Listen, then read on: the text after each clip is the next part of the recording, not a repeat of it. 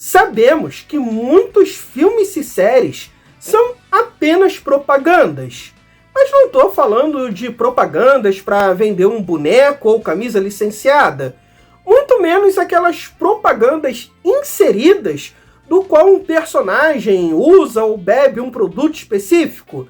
Estou falando de propaganda de verdade. Aqueles filmes que vendem uma ideia para você, mas vendem de uma forma tão subliminar que você nem percebe. E aí, quando a realidade bate na sua porta, você nem vai questionar. Afinal, você viu aquilo tantas vezes e não tem por que se perguntar do contrário disso.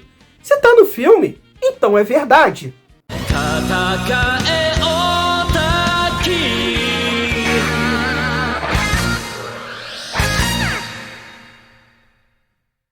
Há algum tempo atrás, estava na moda filmes e livros contando histórias de CEOs. Para mim, o caso mais emblemático é o filme sobre o Facebook, ou melhor, sobre o Mark Zuckerberg, que apesar do próprio dizer que é uma biografia não autorizada, é um filme que pega muito leve com ele, critica muito pouco o fato dele ter roubado a ideia lá daqueles gêmeos atletas, ou de ter remunerado pouco o brasileiro que teve que processar ele. A advogada até fala no final do filme que o Mark Zuckerberg tenta ser escroto, só que ele não consegue, o que é uma fala que envelheceu pior do que leite, porque depois dessa reeleição do Trump, ele abriu mesmo as porteiras ali para a extrema-direita jogar mesmo desinformação e tá nem aí, porque é muito caro ficar pagando gente para conferir fake news ou não. Essa onda, graças a Deus, passou. Mas se você lembrar de uns 10, 12 anos atrás, você deve lembrar que qualquer livro de CEO virava um best-seller. Até dono de filial da Cacau Show lançava sua versão. Agora, se isso era lavagem de dinheiro ou não, eu não tenho como saber. Recentemente, entrou na moda fazer filmes sobre uma marca ou um produto. Como, por exemplo, o filme do Tetris, o filme do Air Jordan, que sim, podem ser histórias interessantes, podem ser bons filmes, mas não deixam de ser apenas propaganda daqueles produtos, são marcas. Por exemplo, aqueles documentários, brinquedos, filmes ou videogames que marcaram época. Todos eles são excelentes, mas não deixam de ser propaganda.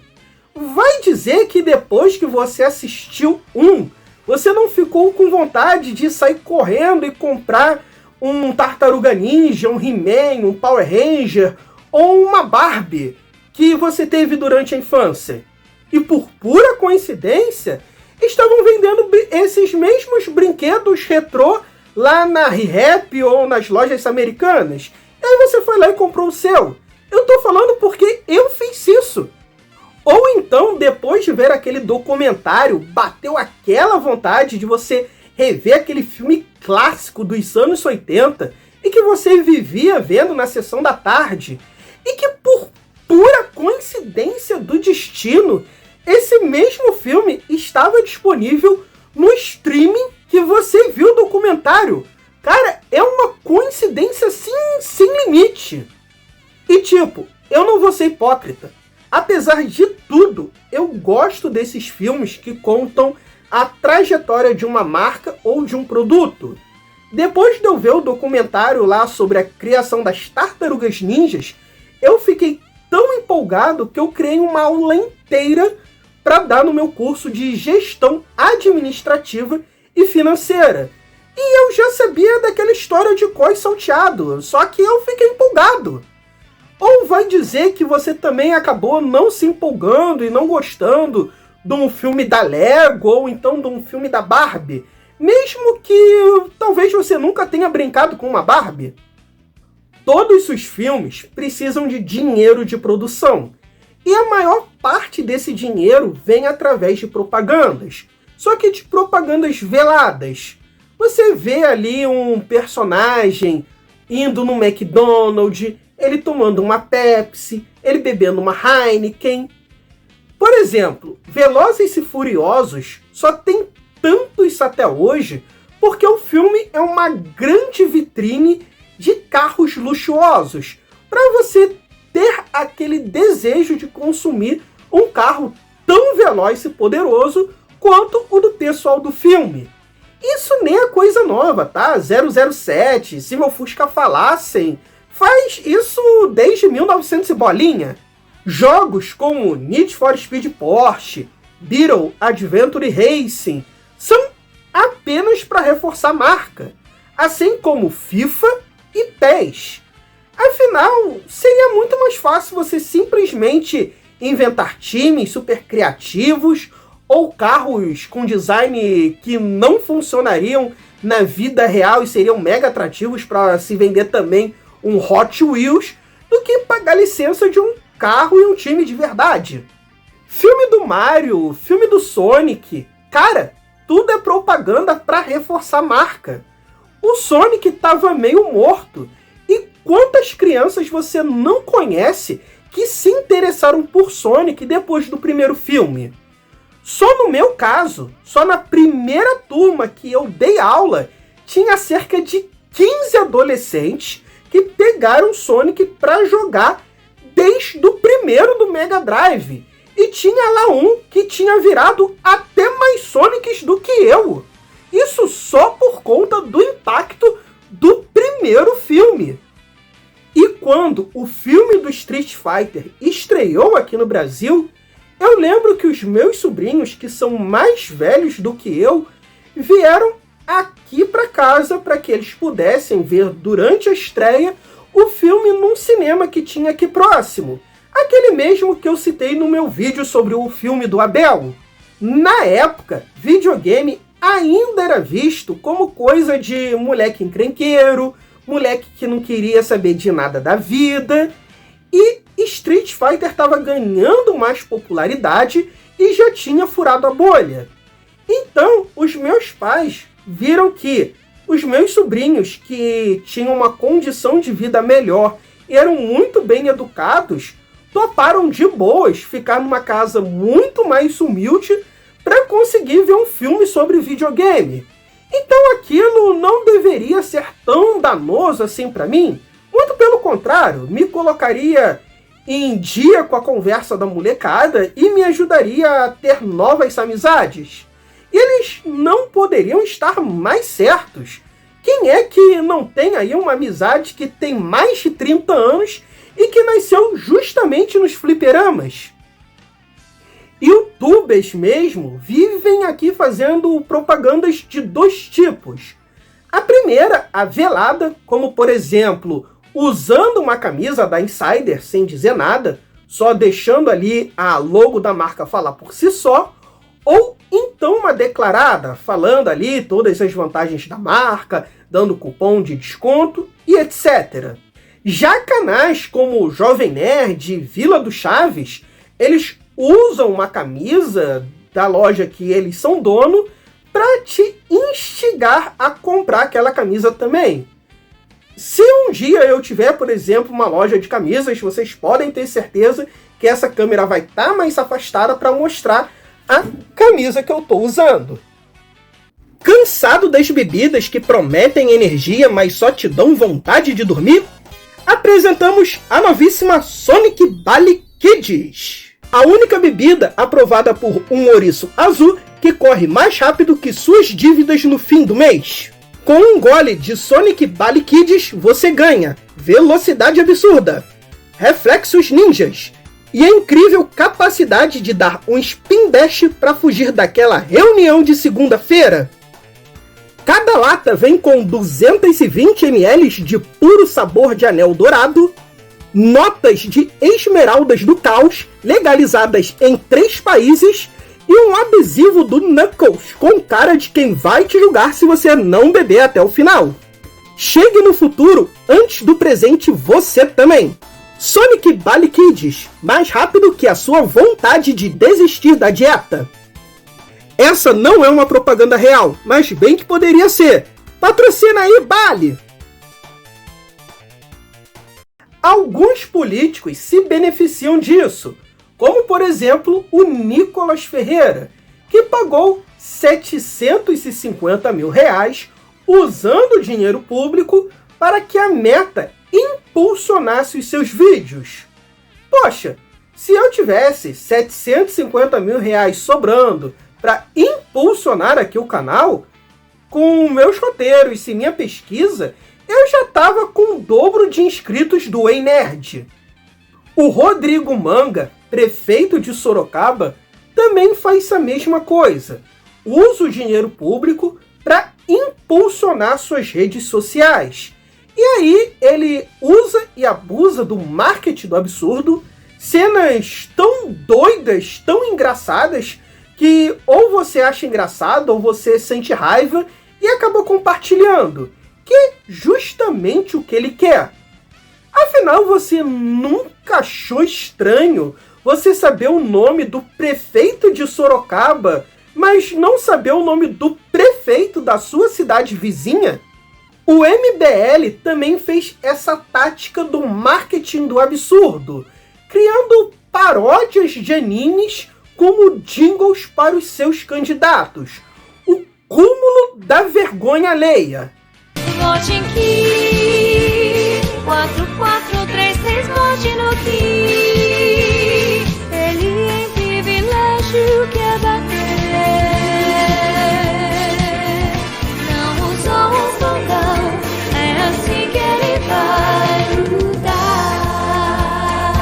Ô claquete de papel, tu não vai falar desse city pop não, parceiro? Mas o Rodrigo Manga, ele também paga para fazer participações especiais, como por exemplo o Fritada, aonde vários humoristas tiram sarro de uma figura pública. E essa tática nem é nova, tá? O Pablo Marçal mesmo vivia fazendo isso. Ele também foi no Fritada, pagou para ir no SBT, pagou para ir na Praça é Nossa, e tem vários donos de podcast falando por aí que ele também ofereceu dinheiro para que pudesse ir lá. Essa tática é bem velha. Por exemplo, o Donald Trump, ele vivia pagando para fazer participações especiais em vários filmes e séries dos anos 80 e 90, porque ele queria se tornar uma figura pública, ele queria ser reconhecido e admirado. Infelizmente, ele conseguiu muito mais do que isso anos depois. Mas eu te garanto, ele só conseguiu isso porque ele já era uma figura reconhecida e querida de certa forma. O Rodrigo Manga, Nicolas Ferreira, Pablo Marçal sabem disso. E pagar por esse impulsionamento e por essas participações é um investimento a longo prazo, para eles continuarem no poder público e, quem sabe, eles não acabem ganhando aí uma vaga de governador ou até de presidente no futuro. Você se lembra da época que o pessoal chamava o Elon Musk de Tony Stark da vida real? Isso só se dava graças a uma excelente assessoria de marketing, ele ficar de bico calado no Twitter e suas participações especiais. Como, por exemplo, você lembra da participação especial dele lá em Big Bang Theory? Talvez não. Lá ele participa como um voluntário para limpar pratos de um lugar que dá comida de graça durante a ação de graças. Você consegue imaginar o Elon Musk de hoje fazendo isso? Eu não consigo. E assim, eu não tenho a menor dúvida que ele pagou uma fortuna para estar lá em Homem de Ferro 2 e ser ainda mais associado à figura do Tony Stark. Alguns perfis, principalmente do TikTok, pagam aqueles sites de notícia, tipo um Showcase da vida, para fazer aquela notícia aparentemente sem pauta de fulano viralizou com vídeo no TikTok. Cara, aquilo não é uma notícia sem pauta. aquilo é publi, paga e muito bem paga. Se você gostou do vídeo até aqui, não deixa de curtir, compartilhar, se inscrever, manda esse vídeo para 5 amigos, não é esquema de pirâmide, e caso você se interesse, seja um membro aqui do canal por apenas R$ 7,99, do qual você terá vídeos exclusivos aqui do canal. E quanto mais membros tiver, mais vídeos terão. É conteúdo pra caramba. Então, seja um membro já! Muito dos animes que conhecemos vieram graças ao boom econômico do Japão. Depois dele ter limpado a sua imagem em 1964, muito se importou de animes e tecnologia barata. O auge da indústria de anime e da prosperidade econômica do Japão foram nos anos 80. E foi aí que o anime acabou sendo importado mundo afora e que conquistou o coração de todos. Ou melhor, Europa e Estados Unidos. E nós brasileiros, por sermos o país com a maior quantidade de japoneses fora do Japão, acabou tendo esse contato muito antes. Era comum nos anos 50 e 60 ter filmes japoneses sim, em vários cinemas, e já passava animes e tokusatsu na TV aberta, mesmo que poucos tivessem televisores. Então, os nossos pais ou avós já conheciam Ultraman, Speed Racer, a gente já conhecia Cavaleiros do Zodíaco, Jaspion e Dragon Ball, muito antes de isso tudo explodir lá na gringalhada. Vai dizer que você que realmente é fã de anime nunca corrigiu aquele seu amigo que chamou um japonês de chinês ou coreano, ou colocou aqueles apelidos xenofóbicos como Xing Ling e Flango Flito. Muitos dos filmes estadunidenses são uma clara propaganda do neoliberalismo dos Estados Unidos. E isso não é uma teoria da conspiração não, tá? Se você for um americano e quiser usar o exército dos Estados Unidos no filme, você vai precisar da autorização do exército americano. Se assim eles quiserem, eles vão pedir para modificar informações, retirar cenas, incluir cenas, liberdade de expressão, né, meu amigo?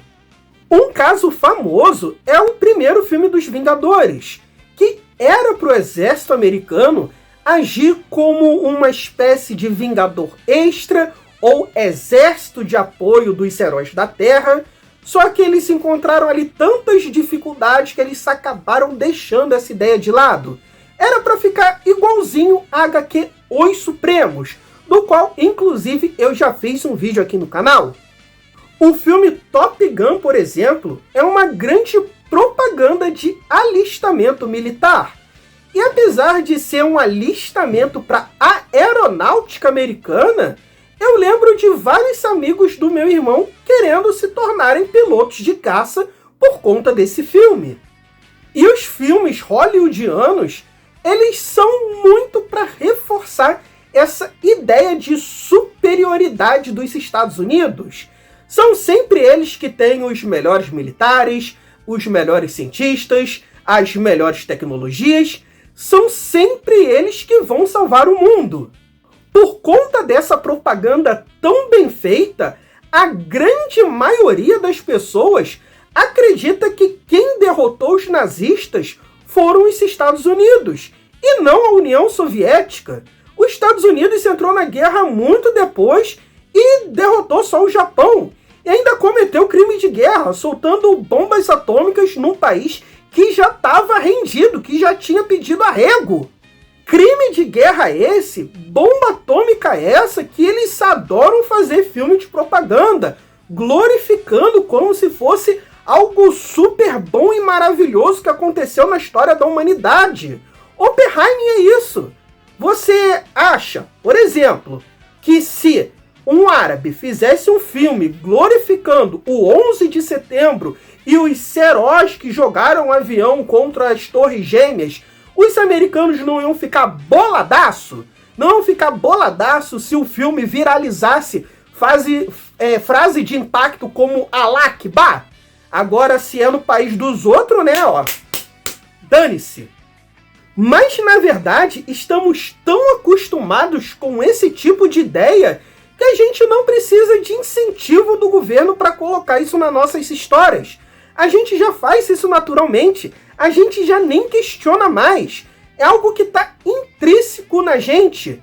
Ou vai dizer que durante a pandemia você não acreditou que a primeira vacina que iria surgir contra a Covid iria vir de Harvard? Vai dizer que você não se espantou com o enorme negacionismo por parte dos estadunidenses? Fomos doutrinados a pensar assim? Afinal, vimos repetidamente esse tipo de situação e nunca nos questionamos. E quando a verdade bate na nossa porta, a gente acha tudo esquisito, porque ela não casa com aqueles outros 200 filmes que vimos e que até então parecia tão real pra gente. Agora, o soft power através dos filmes se está mudando de direção. Quem largou na frente foi a Coreia do Sul, com os seus filmes, K-pop e doramas. E o Brasil acabou marcando bobeira nessa, pois na mesma época ele estava bombando aí com funk e filmes que inspiram até mesmo diretores de anime, como o Shinichiro Watanabe. Inclusive tem vídeo aqui do canal falando sobre isso e a importância do soft power. Daqui pra frente iremos ver cada vez mais filmes chineses, como por exemplo o Neza 2, que é a animação com maior bilheteria do mundo, que conseguiu superar aí até o Divertidamente 2.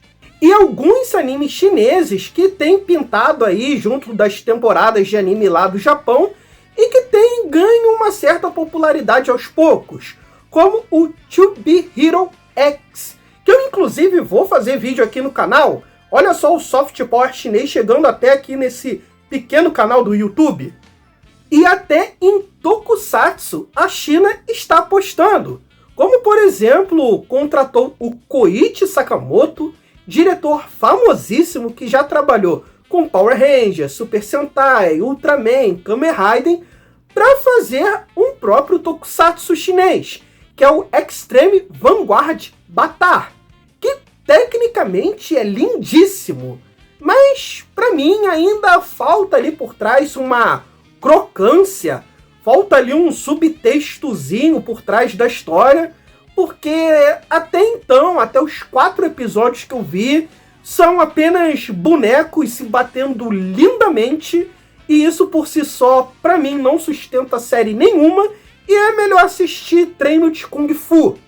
Pra mim, a maior dificuldade que a China vai ter nessa implantação do soft power através de filmes e da sua cultura é fazer com que o mundo perca a simpatia por Hong Kong. Isso porque a gente já conhece Hong Kong graças aos filmes de Kung Fu e vai ser muito difícil tirar a simpatia que o mundo tem por esse país que acabou conquistando ali o cinema durante a década de 70 e 80.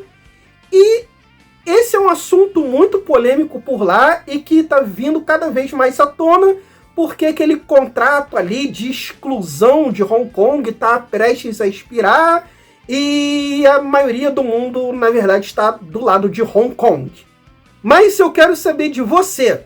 Você está animado com essa mudança de paradigma de soft power através dos filmes, chegando cada vez mais cultura lá da Ásia? Eu confesso que eu tô. Eu já tô um tantinho de saco cheio da fórmula hollywoodiana há algumas décadas. Há muito tempo mesmo eu procuro ver filmes de outros países, não só filmes asiáticos. E quanto mais o mundo estiver globalizado, quanto mais esse tipo de cultura chegar a mim, melhor ainda. E eu também estou um tantinho cansado do discurso estadunidense, mas a grande verdade é que só vai ser substituído pelo discurso chinês, sabe? Então, trocar 6 por meia dúzia, trocar 6 por 7, talvez, quem sabe? E aproveitando que esse vídeo é um vídeo de propaganda, esse vídeo daqui tem uma continuação espiritual, que é eu comentar sobre o filme Ultraman A Ascensão e toda a influência que propagandas e marcas fizeram através do filme e que melhoraram o roteiro em 100 ou 200%. Para mim é uma história muito legal para ser contada, além de ser um filme excelente. Então é isso, não deixam de curtir, compartilhar, se inscrever, mandar esse vídeo para 5 amigos. Não é esquema de pirâmide, é marketing multinível. E é isso aí, até a próxima!